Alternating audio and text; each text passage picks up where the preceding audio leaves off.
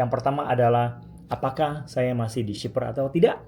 Yang kedua, bagaimana cara saya membangun Shipper, kenapa Shipper itu bisa dibangun dari awalnya.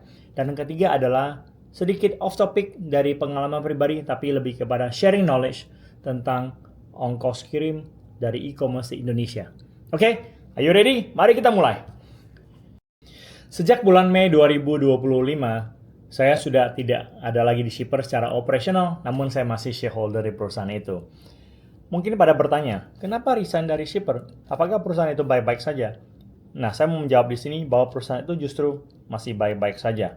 Jadi saat ini Shipper dipimpin oleh partner saya yang bernama Phil.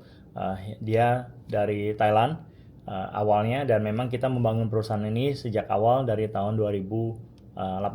Beliau join di perusahaan Shipper ini dari tahun 2018. Jadi sebenarnya perusahaan Shipper sendiri itu berdiri di awalnya itu di tahun 2016 dan baru kita launching di tahun 2017. Nah, salah satu alasan kenapa saya resign dari Shipper itu karena menurut saya saat ini perusahaan ini sudah dewasa. Jadi kalau kita lihat, Shipper itu adalah perusahaan supply chain.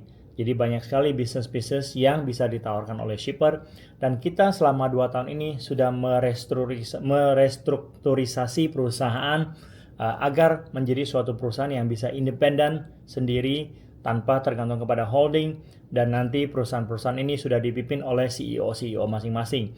Jadi saya secara tugas, secara CEO, grup CEO juga sudah tidak dibutuhkan lagi. Yang dibutuhkan hanya seorang grup CEO.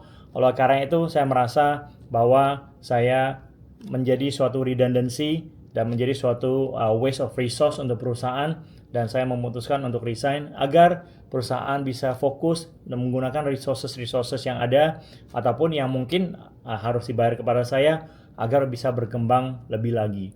Dan saya benar-benar merasa bahwa Shipper itu sudah mencapai tahap di mana perusahaan sudah dewasa dan saya sudah tidak dibutuhkan lagi untuk operational day to day-nya. Oke?